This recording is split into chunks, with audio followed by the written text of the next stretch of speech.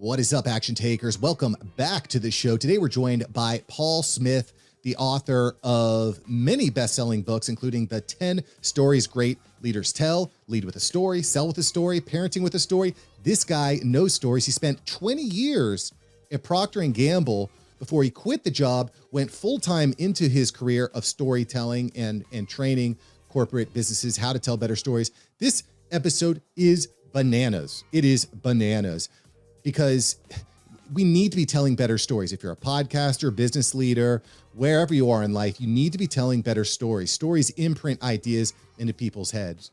In this episode, we're talking about the list of 10 stories that great leaders tell. We're going to explain how you can build your own list of stories. We're going to help you make sure that your stories don't suck and identifying how to turn a sucky story into an awesome, riveting, game-changing story. We're going to talk about how to keep people's attention in a story. We're going to even talk about how to get your guests and your clients to tell stories. This is the episode for you. And listen, if you're having trouble with your storytelling, if you're looking for better feedback, I cannot say this enough. You got to join a group of people that are going to be listening and engaging and giving you feedback. Link below. Join the podcast mastermind today. It's $25 a month to start. What are you waiting for? So invest in you, join the mastermind, and in the meantime, sit back, relax. Let's get into this episode with Mr. Paul Smith on how you can develop your stories. Let's go. Yo, Paul, what up? Welcome to the show. Hey, thanks for having me on. I'm excited to be here.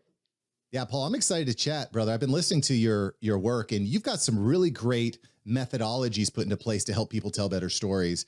And I got to ask, you were a veteran from Procter and Gamble. How did you shift from that corporate world into your kind of like newly defined personality as a master storyteller? How did that work?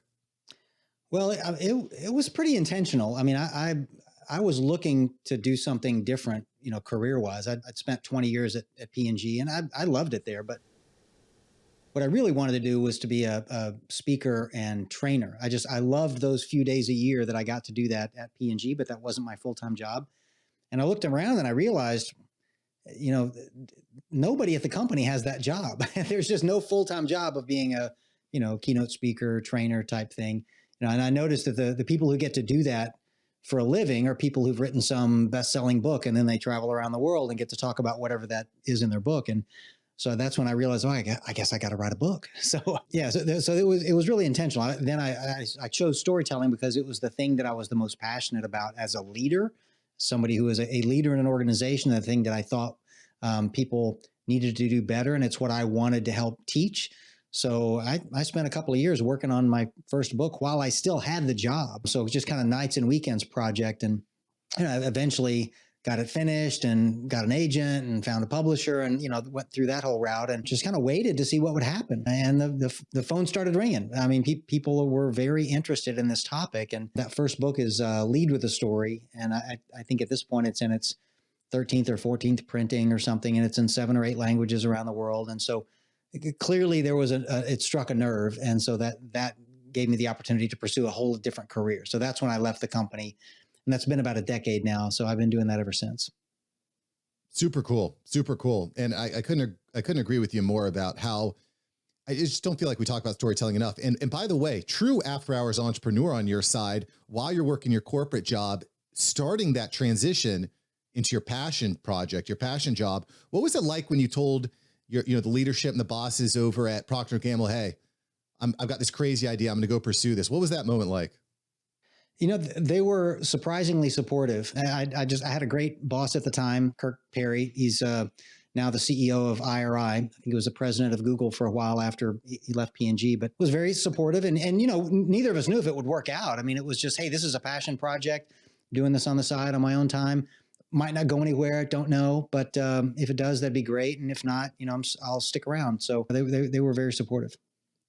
Well, that's definitely a good thing because it's a little bit terrifying, I think, when you take the plunge into your own thing. Were you an entrepreneur before that point, Paul, or was this kind of like your first venture? It was. And in fact, my advice, if you want it to other people who are in my position, is be honest with your leadership about what you want to do, because I've seen this go badly other times where people would well, I'm going to do this on the down low, right? I'm not going to tell anybody. I've got the skunk works in the process of, and eventually, of course, somebody finds out about it. And then you find out, well, you should have told us all the time. We could have helped you. We could, I literally, at one point after the book came out, I started to get my first few clients, but it wasn't enough to make a living at. And I thought, I need to try this for another few months to see if it builds up, if I can see my way to a full-time gig in this. So I don't want to quit yet, but yet I'm out of vacation, man. I've spent all my vacation days, going and doing these few speaking engagements. And so they actually gave me a reduced work schedule. So it's one of those deals where you give up 10% of your salary and you get, another 25 days off of work so that I could go see if, this would really work. And after 3 or 4 months, I'd spent all of that time. And that was my success criteria. That was the, if I can fill up these 25 days with speaking engagements, then I think that's going to be, that shows me that there's an on-ramp to a full-time gig here. But if I wasn't honest with my management about what I was doing, I wouldn't have been able to do that. So I think it's far better to go into it, totally honest with your leadership about what your goals are, what you're trying to accomplish, than trying to sneak around behind somebody's back. That certainly makes a lot of sense. And also, I find it kind of surprising that P&G would give you that type of leeway, but I think that's definitely speaks to that company as a whole and the way they've been able to stick around. And, the relationship, that's the other problem, right? I think that when you go into entrepreneurship, like the relationships that you've built in the past are valuable. Mm-hmm. You don't just want to go around burning bridges with people and leaders like that, So I think I'm with you there. Those people will become your clients in the future, and they have for me. So yeah, you definitely don't want to do that. That's another good reason to be upfront about it. Yeah, so some great storytelling. You've already told like 3 stories now, and we're only 5 minutes in, which tells me that you know what you're doing here, Paul. So I kind of want to talk about. I'm just going to get right into it here, brother. I want to get into the 10 stories that great leaders tell. Okay. I run a podcast mastermind. We help podcasters launch and grow their podcast. And this month we're working on creating a list of stories, right? And you can tell me if we're doing this wrong and kind of clean this up. But the way we started is I believe that every business, every podcaster, right, needs to have a general narrative, an overarching theme throughout their show.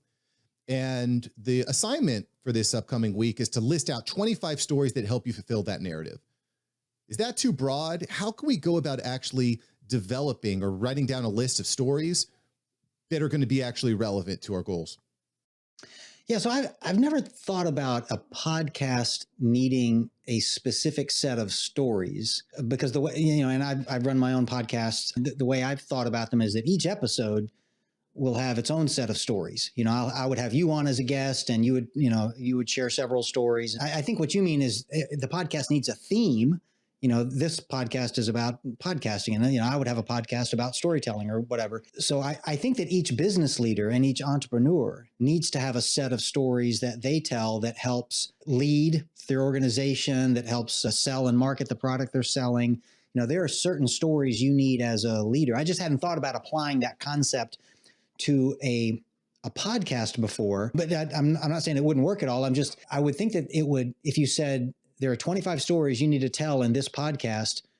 Okay, but after 25 episodes, well, you're done then, right? Or would you continue to kind of clarify that a little bit, because maybe this is the next number 1 bestseller from Paul Smith. I don't know. We'll see. But to kind of clarify that question a little bit, right? I think that by developing these stories, it allows you to kind of, I guess, better explain or connect with your audience. Like Gary Vaynerchuk, for example, he tells the same 10 stories over and over and over again, And it just feels like it helps him to connect with an audience more powerfully. Like if I'm a guest on a podcast, for example, I can go into that bank of episodes or that bank of stories that I have, and I can apply them where needed to attract more listeners to my show. That's the thesis. You can tell me if I'm off base. Yeah, that makes sense. And, I have this list of 10 stories for leaders that I think you ought to be able to tell. And I've got a list of, actually it is 25 stories for sales and marketing people that they need to tell. So yeah, I just hadn't thought about applying that to a podcast, but yeah, you need to know what stories you need to tell so that you can go find and craft them and deliver them well, as opposed to just winging it. Every time you feel like you're in a situation where you need to tell a story, you're just making something up on the spot. That's no way to be successful at anything. 100%. So let's talk a little bit about the 10 stories that great leaders tell. Probably aren't going to have enough time to go into all of them. You've got a book out on the topic, which is en route. Hopefully they'll get here any day. I'll put a list of all the 10 stories that great leaders should tell. But hit me up with your top two here, Paul. What are like the top two stories that you got to tell? These should be the first stories that you should be telling as a leader. Well, I mean, I could tell you all 10 right now. It doesn't take long to go through the list. The first two, though, the first four go together because they're about setting the direction for the organization. So that's where we came from. So that's a founding story. Why we can't stay there. So that's a case for change story. Where we're going, which is a vision story, and how we're going to get there, which is a strategy story, because a strategy is about how you're going to get from where you are now to where you want to be. So those are the first four. And they're, like I said, they're all about the direction of the organization, where we came from, why we can't stay there, where we're going, and how we're going to get there. And so the next four go together as well, but they're more about who we are as an organization. So that's what we believe. So that's a corporate values and ethics story. Who we serve, so that's a customer story, a story about the customer, a personal story about the customer, so everybody in the company can have a human, visceral understanding of who you're ultimately working for. What we do for our customers, so that's a classical sales story, a story about what you do that's so awesome, people should pay you money to do it. And then number 8 is how we're different from our competitors. So I call that a marketing story because it's typically the marketing department's job to differentiate you from your competitors. So imagine you can tell those 4 stories. You can very easily articulate in a human way, what we believe, who we serve, what we do for those customers, and how we're different from our competitors. So that's 8. So there's 2 more. So the last 2 are more personal to you, the leader. So that's why I lead the way I do. So that's a personal leadership philosophy story. And the number 10 is why you should want to work here. And not you, of course, but you, whoever you're talking to. So that's a recruiting story. So, every leader's job is to attract talented people into the organization and have them stay and follow your leadership. So those are the top 10. And you'll notice that they cross a number of functional disciplines. There's a sales story, a marketing story, an HR recruiting story. There's a leadership story there's a vision story, a strategy story. And part of the reason I picked these 10 is because I think every leader at an organization needs to be able to tell these 10 stories. Now, if you work in sales, you better have lots of sales stories, right? If you work in marketing, you better have lots of marketing stories. But if you work in engineering or HR or IT, you better have one good sales story and one good marketing story. You ought to be able to tell that. Otherwise, you really have no idea what it is your company does for a living and how you're different from your competitors. And so every leader, I think, needs to be able to tell at least this core, a couple of handfuls of 10 stories. Now, you need lots of other stories as well, but this is a place to start. Makes a lot of sense. How did you develop all these lists of stories, right? Because, I could see as a leader, we're trying to put together these stories. Like I said, 25 randomly generated stories, but you've kind of broken it down to 10 stories. How do we get there? Yeah, so I had 3 or 4 criteria in coming up with those. The first one was just, I looked back at my last 10 years of doing this for a living, and I've worked with hundreds and hundreds of organizations and executives on their storytelling. And my first criteria was I wanted to pick stories that leaders were asking me for help with. And that way I knew these are a set of stories that leaders know they need to tell. So they're relevant, right?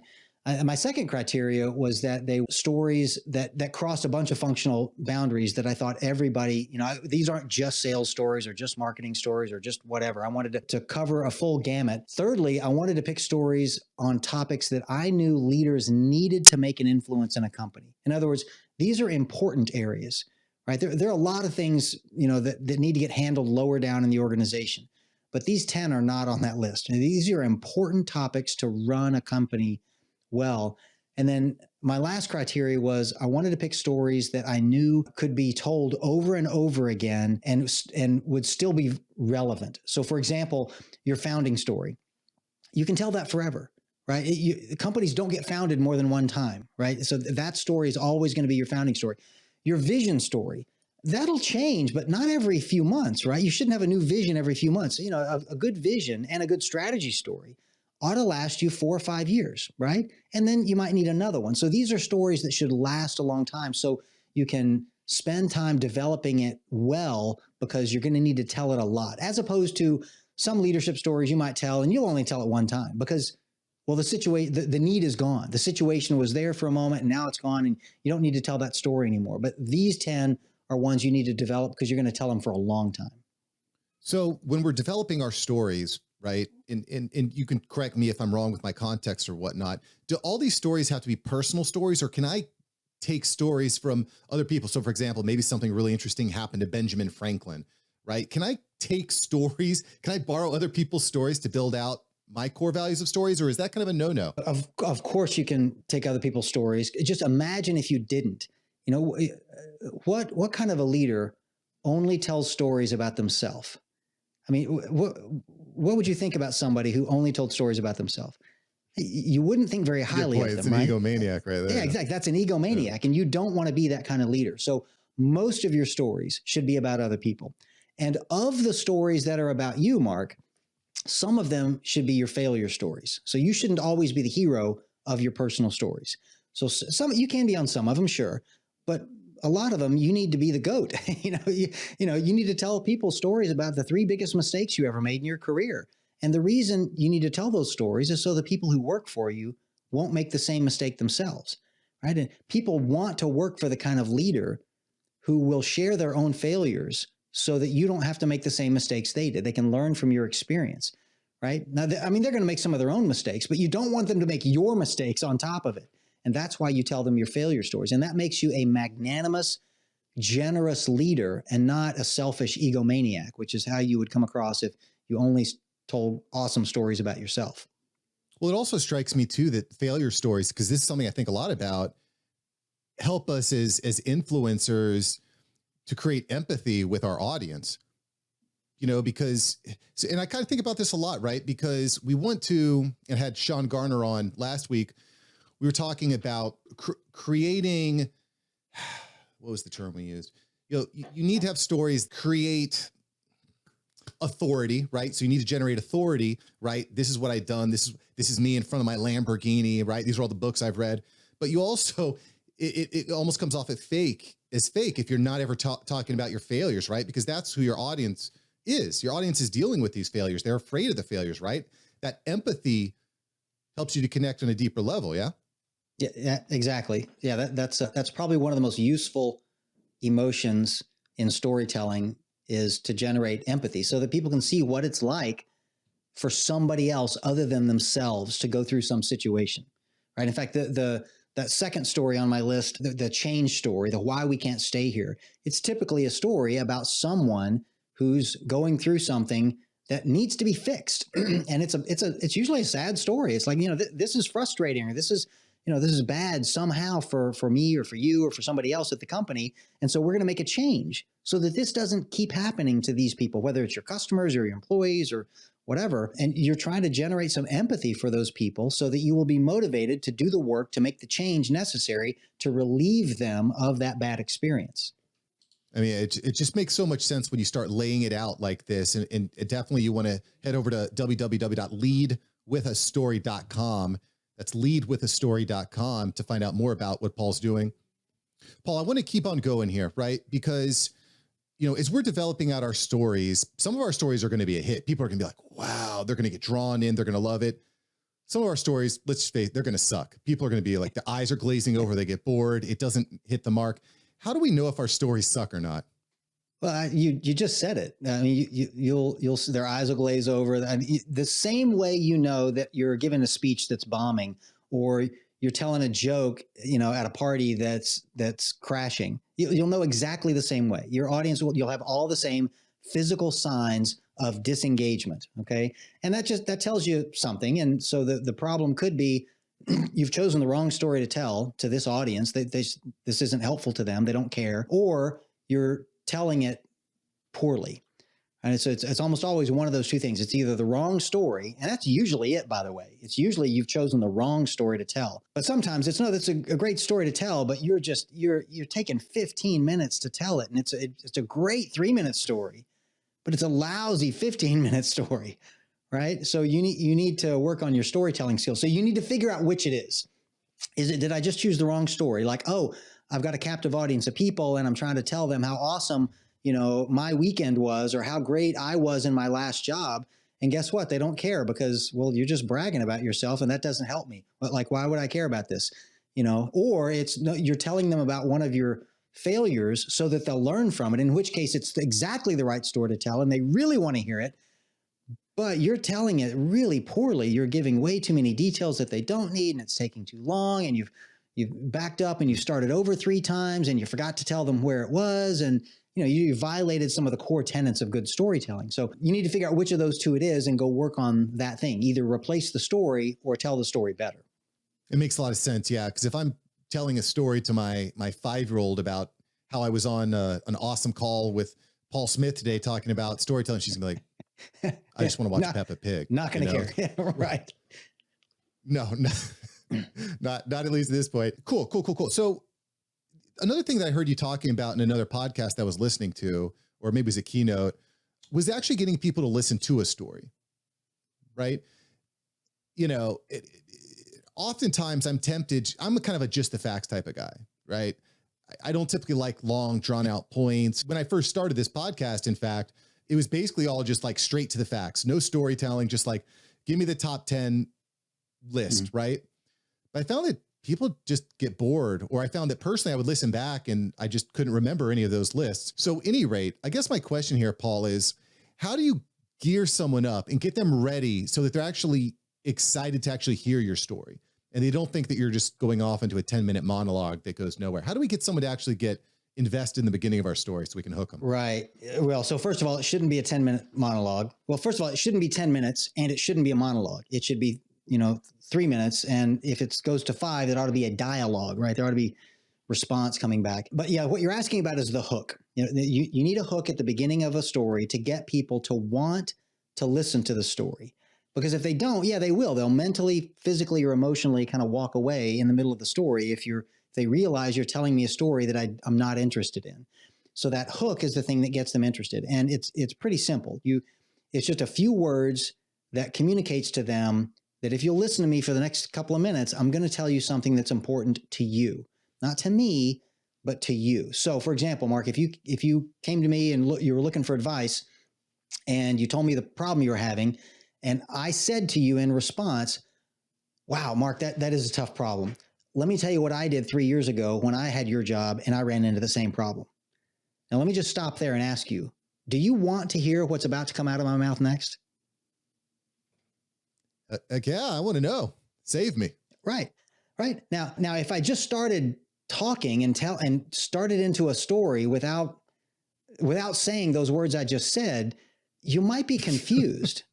Like if you told me your problem and then I started out, 15 years ago, blah, blah, blah, blah, blah, blah, blah, blah, blah, blah, and I'm 3 minutes in and you still don't know, where's this going? Why are you like, did I miss a transition somewhere? So that transition lets them know, gosh, God, Mark, that is a tough problem. Let me tell you what I did 3 years ago when I ran into the same problem when I had your job. That lets you know that now notice what I haven't told you. I didn't tell you whether I successfully solved the problem or if it was a dismal failure. But it doesn't matter because you're going to learn something either way. You're either going to learn how I solved the problem, or you're going to learn one way that doesn't fix the problem that you can not use, like cross it off your list of things to try.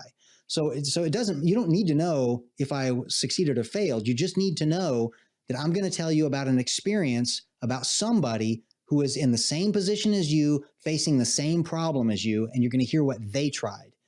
That's the hook, and people want to hear that. So now you tell your story and people are eager to listen to it, as opposed to just starting in without any transition. That hook is the thing that gets them to want to listen. Yeah, I like that idea of a transition a lot because, I feel like sometimes someone will tell a story and then at the end of the story, you're kind of asking yourself, what was the point? Like, what does this actually reinforce? Right. Do you feel like so if we're starting off our story with this is, 3 years ago, I had that same problem. This is what I did. Do you feel like at the end, at the end of the story, should you actually have to explain the story, or should it be should it be obvious? Should there maybe be a mixture depending on the type of story and the point? Yeah. So when you mean explain the story, I think what you're probably asking is, do you need to explain the lesson they're supposed to learn? They should definitely understand the story because you've just told them the story. So they should understand what happened. But as far as drawing a conclusion and making a recommended set of actions after that, that is the final step. So if you get far enough into my stuff, you'll see that I have 8 questions. There are 8 questions your story needs to answer. And that first one is, why should I bother listening to the story? That's the hook that you're asking about. The last 2 questions on that list, number 7 or 8, are, what was the lesson? And what do you think I should go do now? So that's your opportunity to make a recommended action. Here's what you should go do to get yourself out of your predicament. But to answer your question, ideally, you would not answer question 7 or 8. Your audience answers it. So you answer questions 1 through 6, which is the hook, plus the next 5 questions, which basically tells the story. Then you pause and let the audience react. And what you're wanting them to do is tell you, oh, that's interesting. I think what I learned from that is this. And so what I should probably go do is that. So that's what you want them to do. You want them to draw the conclusion and them to recommend their own action, because Mark, people are far more passionate about pursuing their own ideas than they are about pursuing your ideas, right? So that's the whole beauty of a story, is it turns your idea into their idea. Now they're the ones that are coming up with the lesson and the recommended action. And so they're much more likely to go pursue it. Now, if sometimes they'll get the wrong lesson, and that's a risk you're taking with storytelling, but that's fine, because you can always redirect them. You can always say, yeah, Mark, that's an interesting lesson. I thought about that too, but I came to a different conclusion, and here it is, and here are my reasons why. So you can always redirect them if they don't get it right, but give them a chance to get it right, right? Give them a chance to come up with the idea themselves, because that's what's going to really motivate them to go do the thing that you want them to go do. Super smart. And I would assume that if you are telling a story repeatedly and people are continuously coming to the wrong conclusion, you probably need to retool that story. Yeah. Right? Yeah. You should definitely learn from that it's something about it's not working, and figure out how to fix it, or get it, a different story. How do you entirely. do that, Paul? How do you retool stories? Do you have like a group that you're a part of, or like, how do you actually formulate them? Well, that's part of what we teach people in the class is, right, there are several techniques that you need to use in storytelling, starting with that list of, here are the 8 questions your story needs to answer. And usually the answer is, well, you didn't answer questions 4 and 7, or whatever. Like you're not following the process. You told an incomplete story, but sometimes it's, well, you didn't create the right level of emotional engagement in the story. Your audience just wasn't, invested in your story. And so you need to, and we'll teach 3 or 4 different techniques to pull out and create the right level of emotional engagement. Or, you didn't have a surprise ending, and all good stories need a surprise ending, even leadership and business stories. And so, here are the 2 techniques to do that. And you just didn't do it. And so it didn't become an interesting, story that they're going to remember, because, there's nothing surprising about it. And that's one of the many important components of a well-told story. So we'll just, after a class, I'll give people, here's the list of things that you learned today about how to create a good story. And so this is your checklist. Every time you craft a story, make sure you cover off all of these topics, these techniques that you use, that you learned in storytelling. And if you're missing 3 of them, well, that's your problem. Go back and work on those 3. Yeah. And Paul, listen, getting great education and feedback on stories is really tough. You mentioned you have a course. Where can we find out more about that course? Yeah, so just my website that you mentioned earlier, Lead with a Story, is the best place. It's got links there to, I've got some personal online, just one person. If you're just a solopreneur and you want to take it, you can take it online. But if you got a team of people, we do the thing live. I'll come to your office and we'll take people through a full day training. Brilliant. Also, everyone, you could start a podcast, which gives you access to brilliant minds like Paul's too. Side note, spoiler alert. Selfish intent over here. Paul, before we got started to, a lot of the listeners of the After Hours Entrepreneur, we're podcasters, right? We're action takers. We're podcasters. This month, like I mentioned, the mastermind program is focused on storytelling. And we've talked a lot about how to create our own stories, but as podcasters, we're interviewing amazing, awesome, great thinkers like yourself. We want to get our guests to tell stories. What are some ways? What are some methods? What are some examples of how we can get our guests to tell more stories? Yeah, so that's a great question. And I had to learn that the hard way. So when I started writing my first book, of course, I started interviewing all these CEOs and executives and leaders all over the world. And of course, I'm writing a book on storytelling, right? So I'm asking them to tell me their stories, because I want to get a database of these great business stories to kind of diagnose and reverse engineer to figure out what works and what doesn't. And what I learned right off the bat was what doesn't work, what does not work in getting them to tell stories. And that is asking them to tell stories. It's like, I would ask people to tell me stories, and I just wasn't getting anything interesting. And then I finally figured out, eventually I would stumble my way into getting them to tell an interesting story. And I was, oh yeah, that's the one that I'm after. And so I'd write it up and I would email it to them and say, okay, here's what I captured from that story that you told me near the end. Did I get it right? I mean, did I get all the facts right? And they would write me back and they'd say, oh yeah, you got it right. But I didn't know that's what you were looking for, because that's not really a story. That's just something that happened to me one time. And I mean, Mark is like, oh yeah, what do you think a story is? It's a narrative about something that happened to you one time. And that's when it clicked. That's when I realized people don't think of a story as something that happened to them one time. They think of a story as something that they tell a lot. They tell often. So in our minds, the word story is attached to things that we tell people a lot. Oh, I tell you the story about when I broke my arm as a kid, or I'll tell you the story about when I started my first company, or I'll tell you the story about when I wrote my first book. Those are stories because they're things I tell frequently. But I wasn't trying to get them to tell me things they tell frequently. I wanted them to tell me their most impactful moments in their life. And I was going to turn that into an interesting story, right? If you want people to tell you things that happen to them that might be great stories, don't ask them to tell you stories. Ask them to tell you about things that happened in their life. So for example, if you want to find out, a problem people are having at work, don't just say, what's your biggest problem?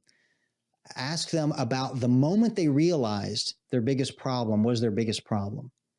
And see, so the way I phrase that, it forces you to tell a story. So like, if I asked you what's your biggest problem right now in your business, and you'd say, oh, warehousing. Warehousing is our biggest problem.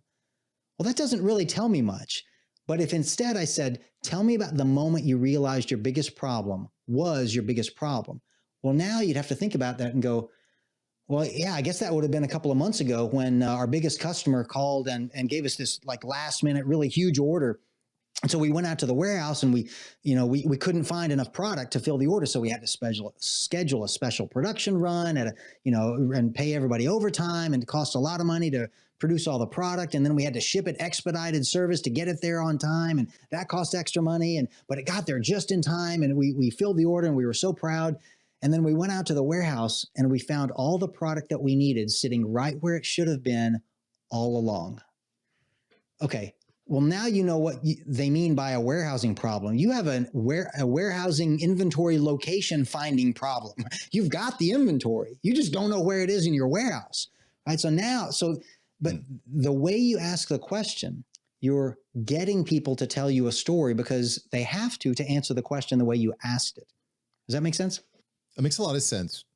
It reminds me of something. I was listening to Donald Miller the other day, and he had mentioned that this is a really good way of selling as well.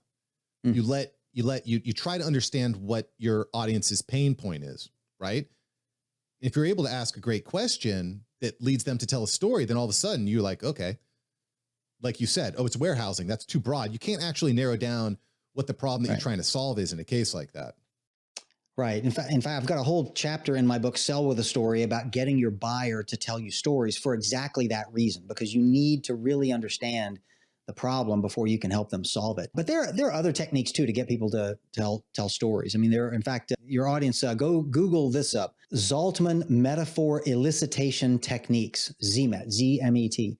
So it's essentially a technique that consumer researchers use to force people to tell stories by cutting pictures out of magazines and building a collage with it. And you're using metaphors to help them think of stories to tell. So there are other more sophisticated techniques you can use to kind of prod people to tell you stories. So yeah, just look up metaphor elicitation technique or story elicitation techniques.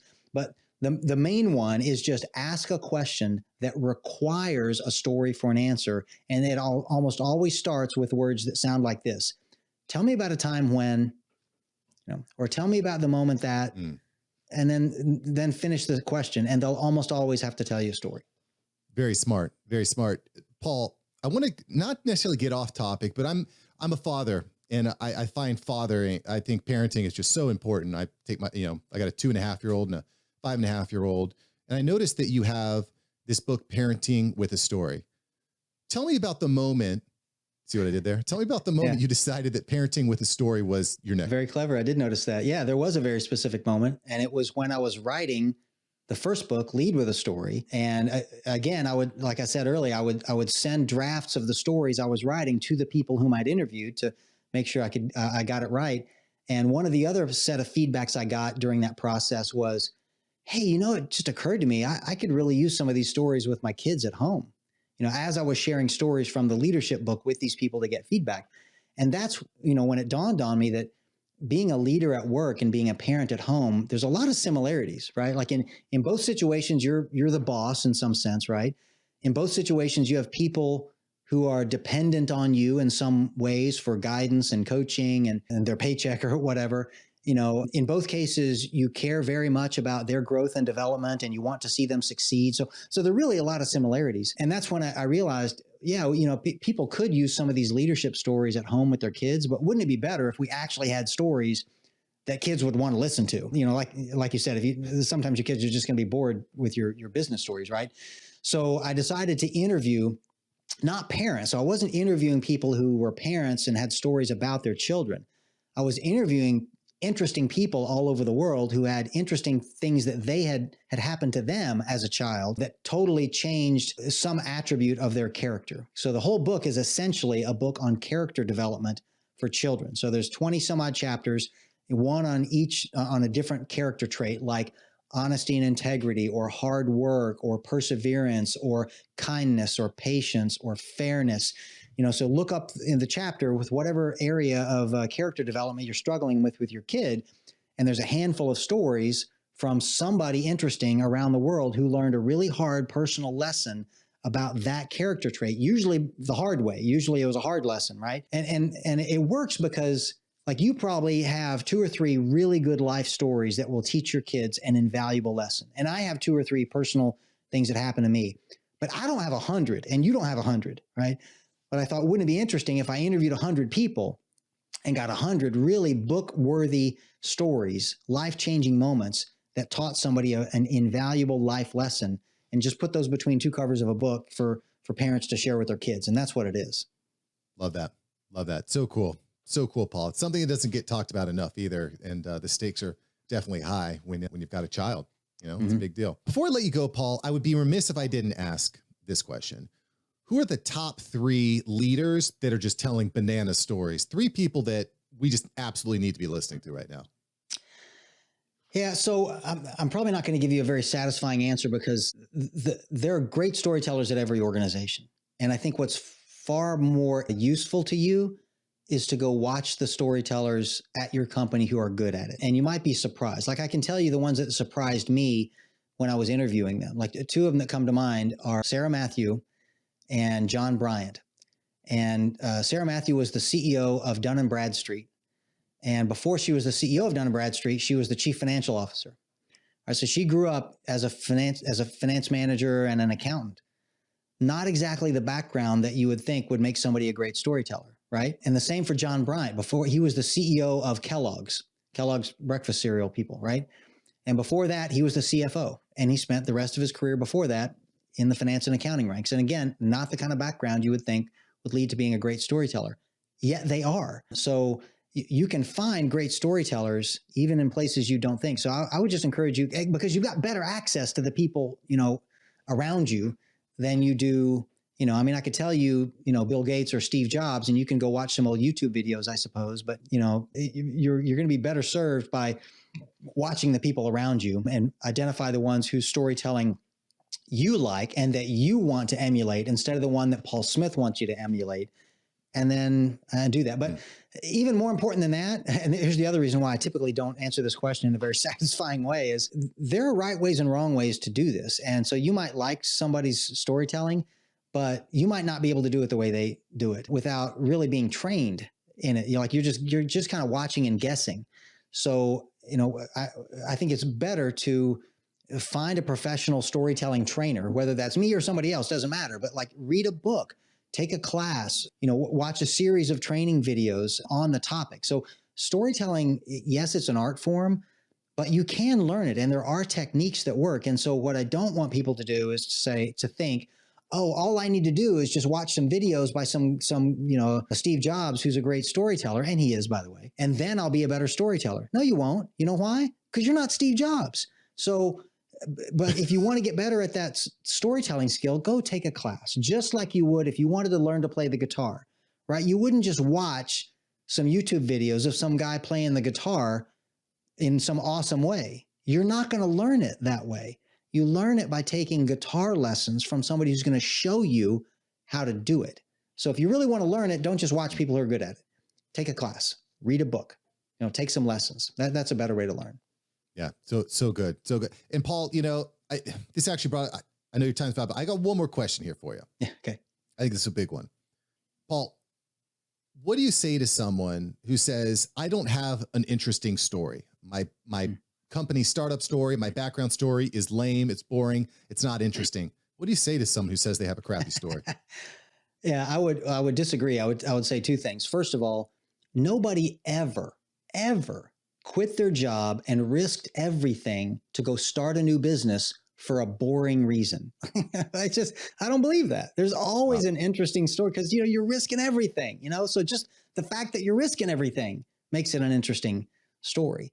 But the other thing I noticed really early on in interviewing these hundreds of people about stories is, first of all, a lot of people say that I don't have any great stories. I know there are other people who have great stories. I don't have them. I just lead a boring life or something.